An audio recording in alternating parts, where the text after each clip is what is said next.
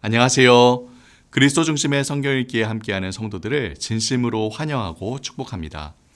오늘부터 2주 동안은 함께 에스겔 말씀을 묵상하게 됩니다. 이사야서와 예레미야서가 바벨론에 의해 유다가 멸망하기 이전 시대를 배경으로 한다면 에스겔서는 바벨론에 의해 유다가 멸망당하는 또 멸망한 이후의 시대를 배경으로 합니다. 유다 왕국은 총 3번에 걸쳐서 바벨론에 의해 침략을 당해 멸망하고 마는데요. 우선 1차로 BC 605년에 바벨론의 침략을 받는데 이때 다니엘을 비롯한 여러 왕족과 귀족들이 바벨론의 포로로 끌려가게 되죠. 2차로는 BC 597년에 바벨론의 공격을 받는데 이때는 유다 왕 여호야긴을 비롯하여 무려 10,000명에 달하는 지도자들이 포로로 끌려가게 됩니다. 바로 이때 제사장 가문이었던 에스겔도 함께 포로로 끌려가죠. 이후 바벨론의 3차 공격에 의해 BC 586년 유다 왕국은 완전히 멸망하고 마는데요. 바벨론 군대는 예루살렘 성과 모든 집들을 파괴하고 성벽을 무너뜨리고 또 하나님의 성전을 파괴시켜 유다를 완전히 멸망시켜 버리죠. 에스겔서는 이처럼 유다 왕국이 바벨론에 의해 멸망해가는 과정에서 에스겔이 바벨론의 포로로 잡혀간 지 5년이 지난 후를 배경으로 시작됩니다. 처음 에스겔이 포로로 잡혀갈 때는 그의 나이가 25살이었죠. 에스겔은 바벨론의 남쪽 유대인 식민지 지역이었던 그발 강가에 다른 유대인들과 함께 정착하여 살게 됩니다. 그리고 이로부터 5년이 지나 BC 593년 그의 나이 30살이 되었을 때 에스겔은 하나님으로부터 선지자로 부르심을 받습니다. 사실 에스겔은 제사장 가문으로서 어렸을 때부터 줄곧 제사장 교육을 받아왔으며 이제 30살부터 본격적으로 제사장으로 세워져 성전에서 하나님께 제사를 드리는 일을 맡아 하게 되어 있었죠. 하지만 하나님께서는 에스겔이 제사장으로 세워져야 할 그 나이에 그를 선지자로 세우십니다. 그리고 예루살렘 성전이 아닌 이방 땅 바벨론에서 하나님께 제사를 드리는 일이 아닌 백성들에게 하나님의 메시지를 전하는 사명을 맡기시죠. 에스겔은 당시 가장 높은 직분에 모든 사람들로부터 존경받는 제사장이라는 정체성을 내려놓고 하나님의 심판의 메시지를 전하는 선지자로 사역하며 온 유다 백성, 심지어 가족들로부터도 미움을 받고 핍박을 당하게 됩니다. BC 593년부터 BC 571년까지 에스겔은 22년 동안 선지자로 일을 합니다. 에스겔서는 이 22년 동안 에스겔이 하나님께 처음 선지자로 부름을 받는 순간부터 시작하여 그가 선지자로 사역하며 전했던 하나님의 메시지, 환상들, 상징적인 행동들, 비유와 은유, 그리고 에스겔이 선지자로 사역하며 경험했던 여러 핍박과 고난의 이야기들이 담겨 있죠. 특히 에스겔서는 BC 586년 유다가 바벨론에 의해 완전히 멸망당한 시점에 전과 후로 초점이 완전히 달라집니다. 에스겔서를 3부분으로 명확하게 구분할 수 있는데요. 우선 에스겔서 1장에서 24장까지는 유다가 멸망하기 이전에 유다를 향한 하나님의 심판의 메시지가 전해집니다. 그리고 에스겔서 25장에서 32장까지는 모압, 암몬, 에돔, 두로, 시돈, 애굽 등 이방 민족을 향한 하나님의 심판의 메시지가 전해지죠. 끝으로 33장부터 48장까지는 유다의 멸망 후에 유다 왕국의 재건과 회복에 대한 메시지가 전해집니다. 이렇게 에스겔서는 멸망 전의 심판의 메시지와 멸망 후의 구원과 회복의 메시지로 명확하게 구분할 수 있습니다. 자, 그럼 이제 본격적으로 에스겔의 내용을 살펴보려고 하는데요. 이번 주는 에스겔서의 첫 번째 파트인 멸망 전의 심판의 메시지를 다루는 1장에서 24장까지 내용을, 그 중에 1장에서 11장까지 그리고 12장에서 24장까지 두 부분으로 나누어 살펴보려고 합니다. 에스겔서는 에스겔이 하나님으로부터 선자로 부름을 받는 사건으로 시작합니다. 우선 1장에서 하나님께서는 에스겔에게 정말 기이한 환상을 보여주시죠. 에스겔은 환상에서 각각 사람의 얼굴과 또 각각 동물의 얼굴을 가진 이상한 네 생물이 날개 끝을 맞대고 서 있고 그 아래에는 전차의 바퀴가 그 위에는 궁창이 보좌에 앉아 계신 하나님의 형상을 봅니다. 하나님의 형상으로부터는 불과 같은 밝은 광채가 뿜어져 나오고 있었고 광채 주위에 무지개의 형상이 나타나 있었죠. 이 놀라운 모습은 마치 하나님께서 임재하신 성막과 성전의 모습과도 같았습니다. 날개가 있는 생물들은 성막과 성전의 지성소에 있었던 황금 그룹들의 모습과 같았고 생물 아래에 있는 바퀴는 성막이 이동할 때 사용했던 수레의 바퀴를 떠올리게 합니다.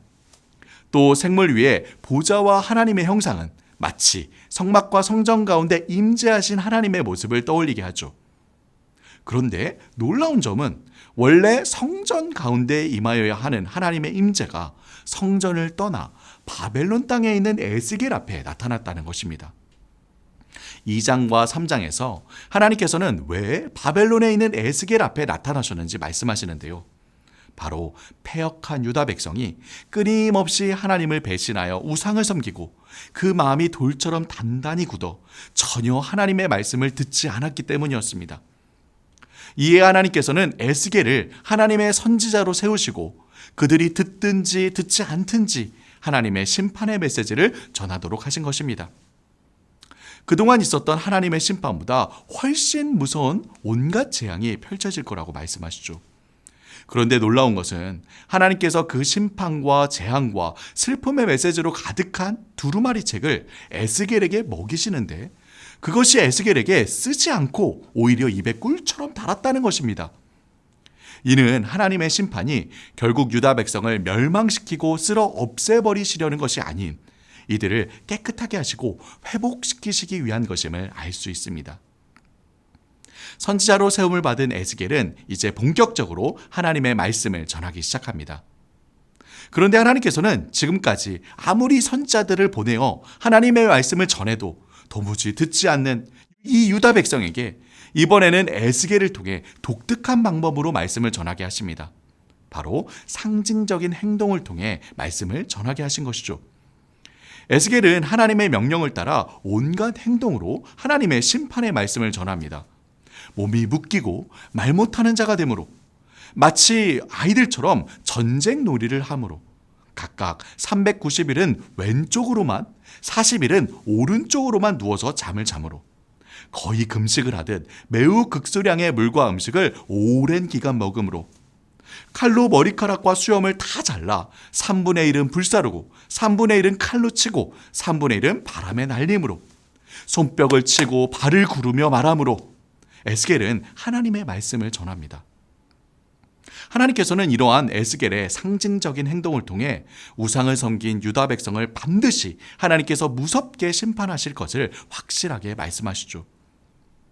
이후에 8장에서 하나님께서는 에스겔에게 또 다른 환상을 보여주십니다.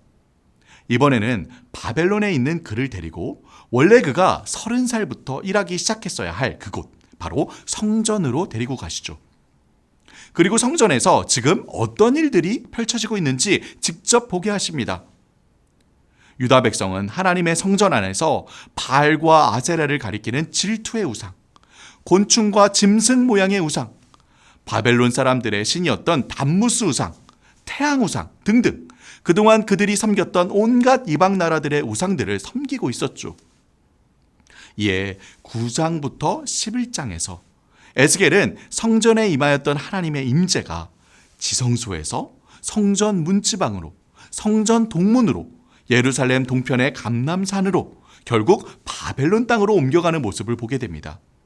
그래서 처음 1장에 에스겔이 보았던 환상처럼 하나님께서 성전이 아닌 바벨론에 임하셨던 것이죠. 하나님의 무서운 심판의 메시지가 온갖 기이하고도 끔찍한 환상과 또 에스겔의 행동을 통해 전해지고 있습니다.